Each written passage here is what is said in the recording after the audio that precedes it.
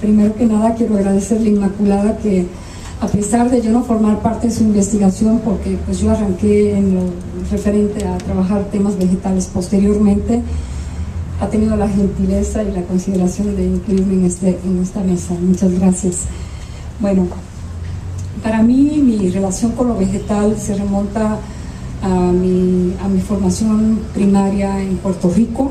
Yo vengo de una isla que de por sí es exuberante, y tuve el privilegio de trabajar muy tempranamente en un bosque tropical, haciendo labores con botánicos, con investigadores. Muy interesante, creo que fue algo que forjó mucho de mi espíritu de entendimiento en cuanto a la naturaleza. Y luego posteriormente, a través del arte, cuando empiezo a trabajar en el arte, en una de estas etapas doy nuevamente con este gran tema que es la naturaleza, e inicio, quizás como muchos, trabajando lo que son las representaciones. Voy a pedir que por favor pasen la primera diapositiva. Pues qué más que el mundo que yo conocía. El mundo que yo conocía era un mundo tropical. Esto es básicamente un banco de algas, como se puede apreciar cuando uno snorkelea debajo del mar. Lo que es interesante es los materiales, que para mí siempre han sido un gran tema de curiosidad y de exploración, y que obviamente me lleva a generar esa mirada diferente, pero a la vez tan familiar. La siguiente transparencia. Otro de los temas que obviamente en esa etapa trabajé fueron bulbos, tallos, todo en un contexto de exuberancia.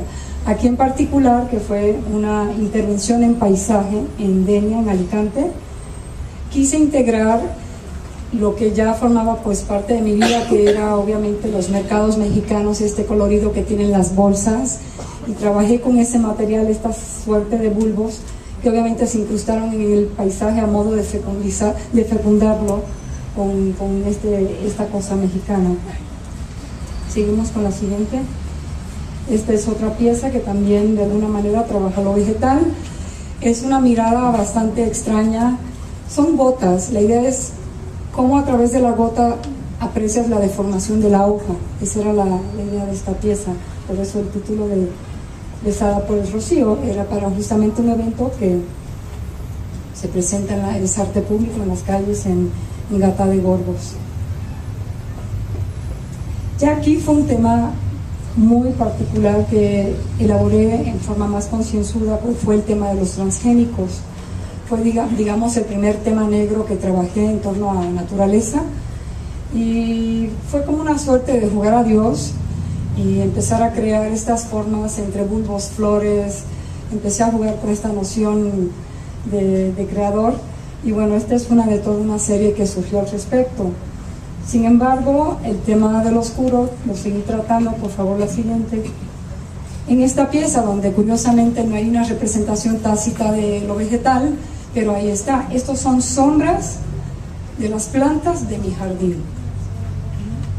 Básicamente lo que hice fue retratar las sombras, y a partir de eso construir todo este gran círculo que forman una constelación de sombras, y bueno, de alguna manera hace evidente lo que no está.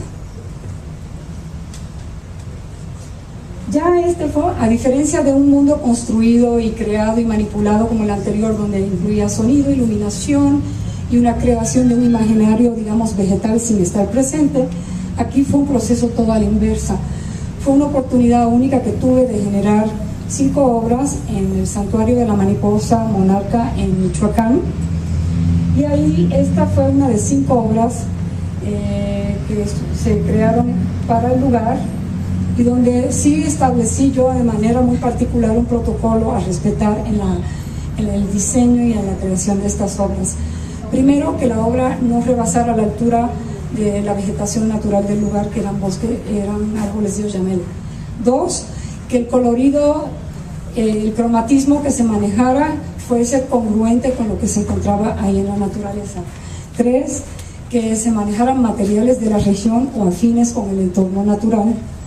Y 4, y bueno, por último, que el tema estuviese de alguna manera vinculado a lo que el propio entorno proponía. Aquí, por ejemplo, si ven, se hicieron reproducciones de corteza de alguna manera, y ahí con una suerte de semillas que van como fecundando hacia abajo. Esta es la primera de 5 obras. Seguimos con la siguiente. Estas son unas espigas que también son como una suerte de semillas. Están ubicadas en un lugar estratégico donde a las 5 de la tarde empieza a soplar un viento impresionante y dentro tienen un cascabel y empiezan a sonar como sonajas estas piezas. Esta es una pieza más bien no en forma directa relacionada, pero sí hablando de la noción de abrazar la naturaleza, tema que ha sido tratado por grandes escultores como Chillida y muchos más. Estas están hechas en cantera. Esta que se llama Wadis. Wadis quiere decir escurrimiento natural de agua en árabe. Este lugar originalmente era un escurrimiento natural y se desvió para ganar terreno y así poder hacer el parque que conforma el santuario. Aquí lo que se genera justamente para recordar la función original del lugar fueron 3 grandes gotas de agua con piedra laja parda. Y lo interesante de este proyecto es que se trabajó con gente de la región, con materiales de la región, o sea, se activaron toda una serie de cosas muy singulares y bueno, que son irrepetibles. Y por último, de esta serie, está el bosque. Esto básicamente es la traza de un árbol. Todos los caminos configuran un árbol y en medio de ellos se colocaron estas grandes reproducciones de semillas de oyamel que se tallaron en Tlalpujahua, en Michoacán, de nueva cuenta generando más mano de obra en la región y activando todo lo del entorno. Esta sería ya la quinta. A fin de cuentas, las 5 obras lo que buscan celebrar es justamente lo que ya está dado en la naturaleza. Es básicamente una situación de diálogo con lo que ya existía. ¿Seguimos? Ya esto forma parte de una serie posterior.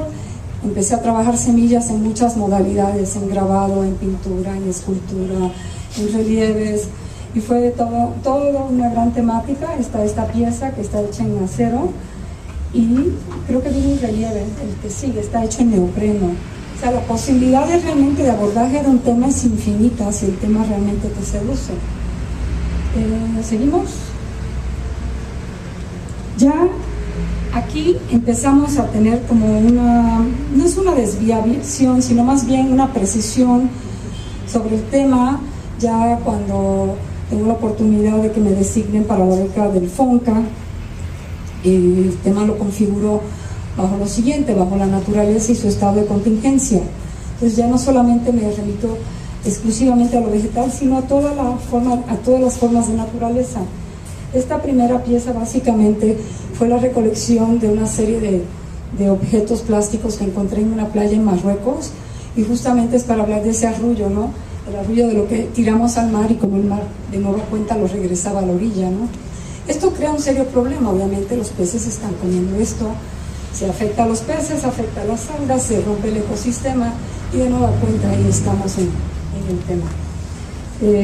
Seguimos. Esta pieza habla sobre algo que bueno, fue muy conflictivo, sobre todo en el año 2010, que fue el problema de los aguacates y los limones en Michoacán, donde justamente los templarios se dedicaron a cobrar un dinero por la siembra. Por cada hectárea cobraban 2,000 pesos y luego por seguridad, por llevarla al mercado, que cobraban otros 2,000. Entonces esto se convirtió realmente en un oro verde. Ellos descubrieron que obviamente en la siembra también había una posibilidad de hacer dinero. Bajo el mismo tema de la preocupación de lo vegetal, aquí tenemos una dedicada específicamente a Monsanto, que justamente se quiere constituir en el arca alimentaria del mundo, y que tenemos que tener mucho cuidado con que nadie tenga un control total de algo como es la alimentación, derecho de todos. Dentro del mismo tema de lo contingente está la cuestión obviamente del agua. El agua fue uno de los 3 subtemas que he ido trabajando bajo la beca del FONCA. Primero fue el agua, este año estoy trabajando el tema de la alimentación y el siguiente va a ser el tema de la tierra. Esta obra en particular nos presenta la situación que representan las botellas de PET, que bueno, por más que las están rediseñando, siguen siendo biodegradables a un proceso de 50 años. Y esto obviamente crea un problema de contaminación muy severo.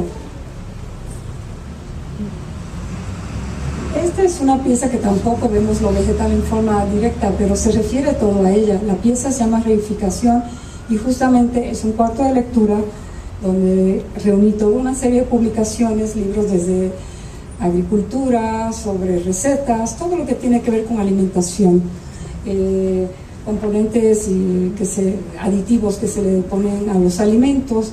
¿Por qué? Porque el mundo de la alimentación justamente es muy diverso y muy extenso y puede llegar a ser hasta perverso. No incluí una contraparte que hay toda una constelación en este cuartito, donde se pueden apreciar justamente todas esas derivaciones que hay en relación a la alimentación. Y bueno, creo que ya esta es la última.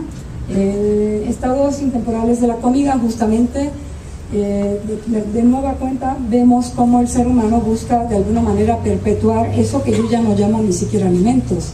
Estos son cosas procesadas que satisfacen un hambre, pero que definitivamente valor nutrimental no necesariamente lo tienen. Pero pues es toda una industria que se ha desarrollado y que nos tienen generando problemas de salud, porque justamente este tipo de productos tienen esa situación. Finalmente, creo que ya. Bueno, por último quería decir que hay que tener mucha precaución. Justamente mi tema apunta a esas preocupaciones en torno a lo vegetal, de lo que estamos haciendo con ello. Ahorita yo diría que ahí es donde se resume mi eje de trabajo, y tenemos que estar muy atentos de que esto no se nos salga. Tenemos que ser participativos de los procesos que se generen en torno a eso. Muchas gracias. Celebro que nos hayan invitado a hablar sobre nuestro trabajo, y yo celebro la vida, y de ahí viene todo lo que me inspira y todo lo que me mueve a construir mis delirios y demás en mi trabajo. Han hablado de la semilla, sí, a mí me interesa el origen, que el origen también es la semilla. Me los voy a quitar porque no los veo.